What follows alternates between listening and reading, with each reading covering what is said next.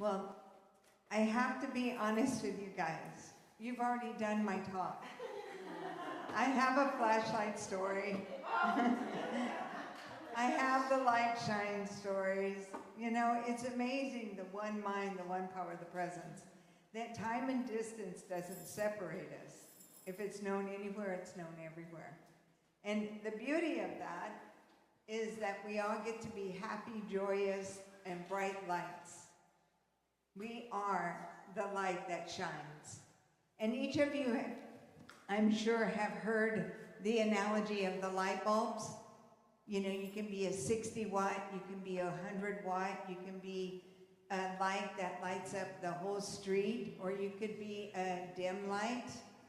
It's up to you. The power is there for you to use. How you use it is up to you. You can adjust it accordingly. You don't have to be so bright that you're lighting the whole city all the time. You have all those different shades and modes that you can go to. But the whole thing about the light, you gotta plug in. You gotta be, you understand and know. I like to say that all I am is God. I know that, but I'm not all God is. But all I am is God. And to make that awareness and to develop the spiritual habits to be able to bring the light wherever I go is amazing. And that's true for me, true for each one of us. The other thing, I have to be honest. The other day, I thought I lost my cell phone. So I was looking for it everywhere, and it was dark. And I had the light out on the cell phone on as I was looking for my cell phone. I had what I was looking for all the time. It was never lost. I simply forgot. And we all do that. We get so busy with the doingness of the day, we forget about the beingness of the truth of who we are. And it is ours by nature. The minute that we are brought to life, when the sperm and the egg, the electronic or the electrical pulses of life start, and we start to shine even in embryo. We are electrical impulses. And we don't have to create that. It creates itself as us. It's our job to shine it. It's our job to be the light. And some of us are a little bit intimidated by our light, so we always dress ourselves with beautiful lampshades, and we decorate ourselves for the person or position we think we are. And those are conditions. It's not the identity of who you are. It's just how you choose to play on this earthly plane. Does that make sense? There I go again. My son just goes, they know, Mom. Okay, you can feel the different feelings. You can feel different feelings. Like this week has been a little bit tough for myself and a couple of my friends. And there's been seeming disappointment and seeming loss.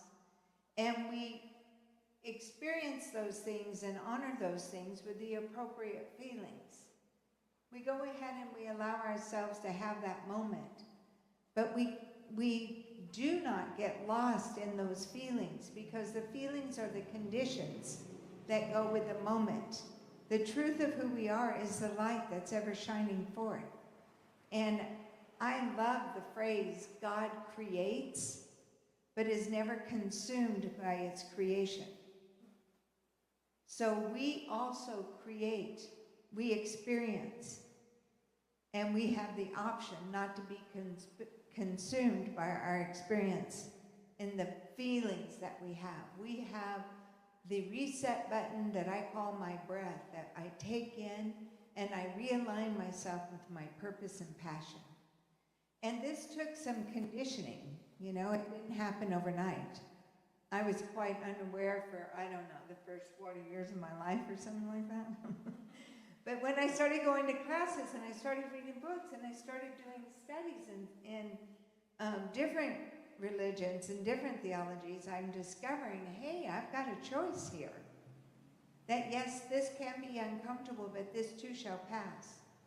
Yes, this may be amazing, but this too shall pass. That everything has a time to come and go. It's a beautiful thing to be able to be born beautiful, to live in that beauty. And then, you guys know who Marianne Williamson is? She says it's easy to love a newborn baby. It hasn't said anything yet. Right? So we all have that option of being born beautiful. But to live beautifully takes a practice. It takes conscious awareness and choice until it just becomes your second nature. And then it's beauty all the way in everything as everything. It's an inside job. Everything on the outside of us is evidence of something that's already happened.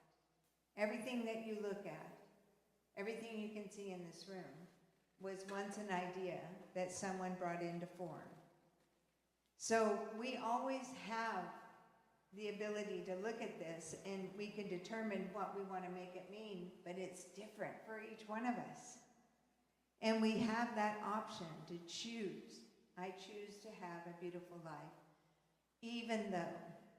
And I think when I first met you guys, and I told you about my son passing, that I had to live with that, even though, and do the tapping and everything, even though he's not here, I still love him. Even though he's not here, I still have a beautiful life. And it takes work, it takes effort to get over the difficulties. But it's a beautiful thing because you condition your spiritual habits. You retrain your nervous system to look for the good. Didn't we all get caught up in the news magazines of the day of being reminded how silly and how unusual and how bad things are? And we literally had to turn it off and turn away to choose, hey, wait, my life is still good outside of this TV, outside of this, what is it called, a blog or whatever, outside of what goes on the internet. We still can turn it off, turn away, and turn toward that which is beautiful, that gives us energy. And you can feel.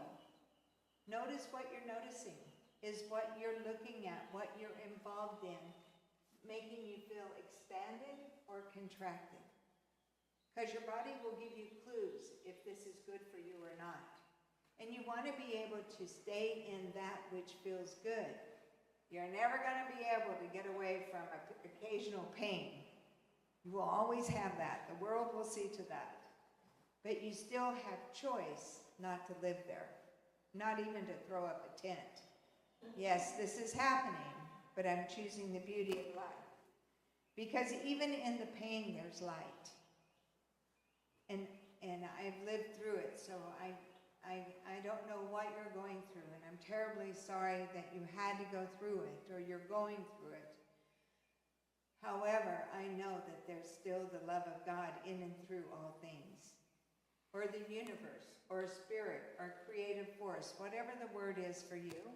I don't mean to off-put anybody, but my associations are, we are in a church on Sunday and we are talking about God. So please know that I'm not telling you what to think, but that's just a common word I use. And Charles Fillmore, like Jill said in her announcement, the light of spirit is never absent. It shines in and through all creation. What part are you? Is all? All, Judy? Oh. We're not reacting to what's happening out there. I hope you guys know that. We're not reacting. We all can hear the same thing, and we all can experience same things, but each one of us is going to respond differently because we're reacting to what it means to us. We're reacting to how does this make me look? How does this make me feel? We never experience anything exactly the same.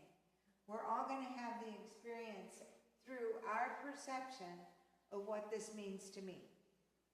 So with that, knowing that all these things are out there and everything's available, to be able to choose a deep breath and say, I'm just going to take a deep breath of God, Spirit, creation. That breath is a natural anesthetic. Not only does it help you feel better, it also helps get rid of the toxins in your body. So breathe the beauty of life. We all look at different things and we all think somebody else might have it better, different, more, or am I the only one like that? I'm not sure. I want to make sure I'm saying the right talk today. But I remember hearing a story a long time ago about these two gentlemen that were in a rehab facility. And they were in their hospital beds, and one was by the window and the one was by the door. Every day, the guy by the window would explain what he sees outside, and he'd make it sound so beautiful, the man over by the door wanted to see it. And they were bed-bound, so it wasn't like he could get up and go walk to the window. But every day, the man by the window would just describe the most beautiful scene. And every day, the man by the door would get a little bit more envious. I want what he has, right? So one night, the man by the window had a difficulty and he couldn't breathe. It woke the other man by the door up, but he didn't call for help. The man passed away. And as they were taking the man out of the room and cleaning up the area, the man by the door says, I don't want to be insensitive, but can I have the bed by the window now? And the lady said, of course you can. She moved him over by the window, and he looked outside, and there was only a brick wall and a cement roof. And he said, I can't believe this. He goes, my roommate always said there was a beautiful park with loving couples holding hands and people walking their dogs and children playing with balls. And he goes, he can't see any of that. And she goes, that is correct. The man was blind. But the man by the window shared the beauty that was him, in him, every day to somebody that couldn't see out the window, even though he couldn't see. We can have the choices of that. We have to be careful. Well, I sound like a mom now. We're given the choice to either be like the man by the window and describe life in the most beautiful way, or be like the man over by the door and be a little bit envious of what he thinks other people have. I know that none of us are like that. But we have a choice right here, right now. We don't lose our light. We just forget every now and then.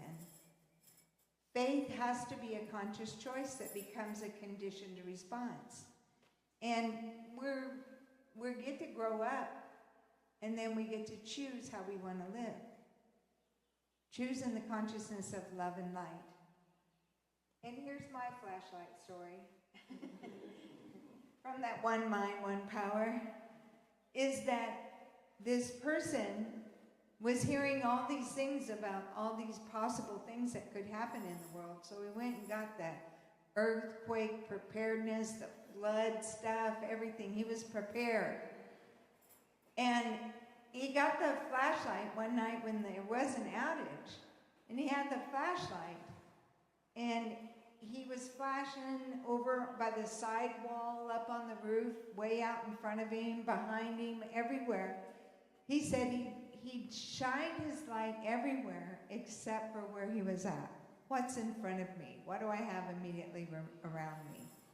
And how many times do we do that? That's not just with a flashlight. We do it with our own light. We're looking at everything else except for being present where we are, seeing what was available right here, right now. Because all of it is available at every point in place, in everything, as everything. Life is like a mirror and reflects back to the thinker what he thinks into it. So what we're looking at, we're looking with. And I also know that everything happens twice. Everything. Once in our mind, and then we create it. Or once in our feelings, and then we take action. But everything happens twice. I was just letting the motorcycle go by. Everything happens twice. So we want to be able to look at things and go, okay, if I act, if I do, if I say what's on my mind, is this going to be the best representation of me? Is it going to make me feel better or bitter?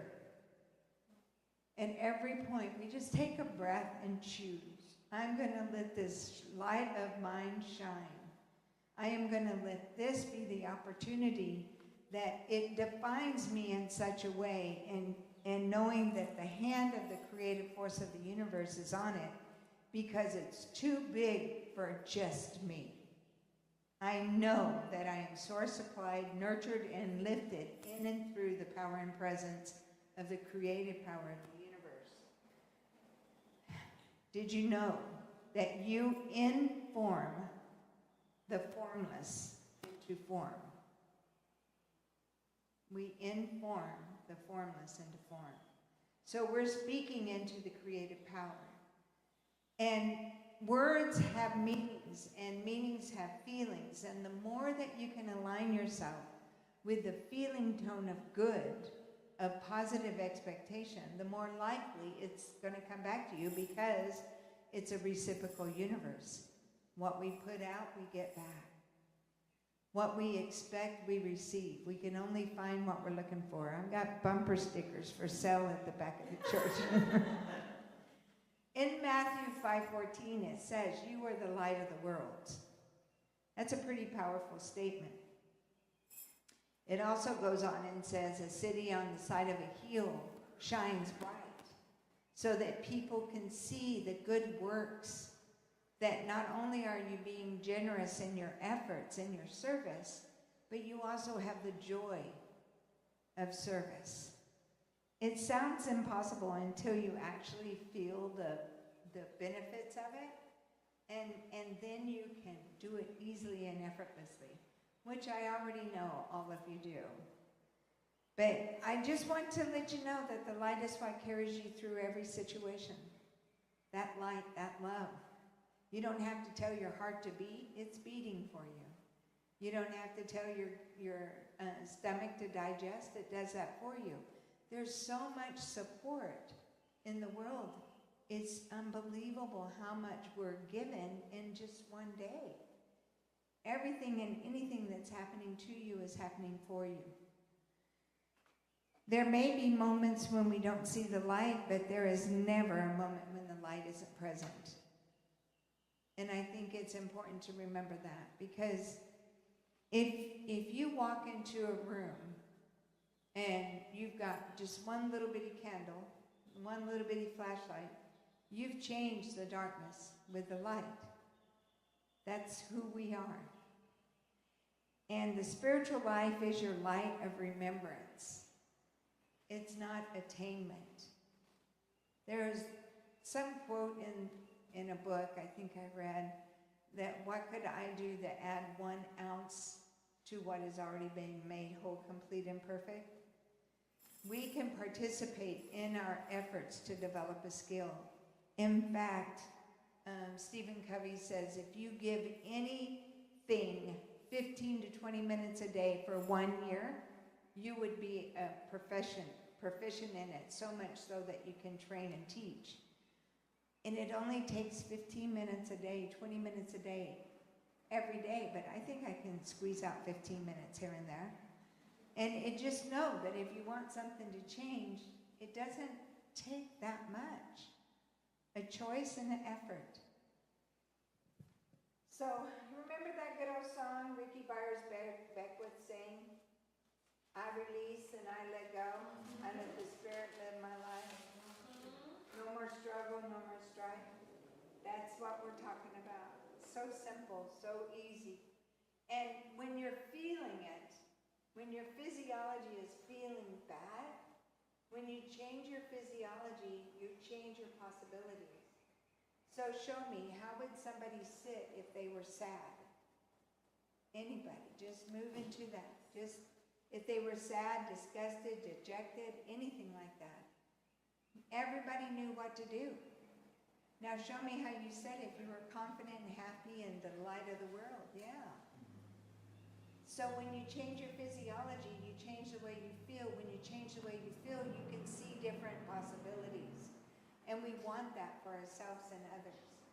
We're literally retraining our nervous system so that we look for the good of God in all of it.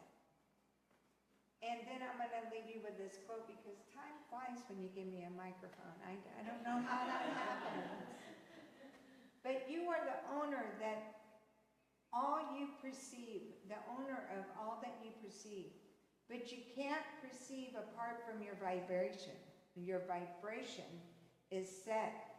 Feel your way, little by little, into a greater sense of abundance of life, of opportunities, of gifts, of joy. By looking for the treasure that the universe is offering you on a day-by-day basis.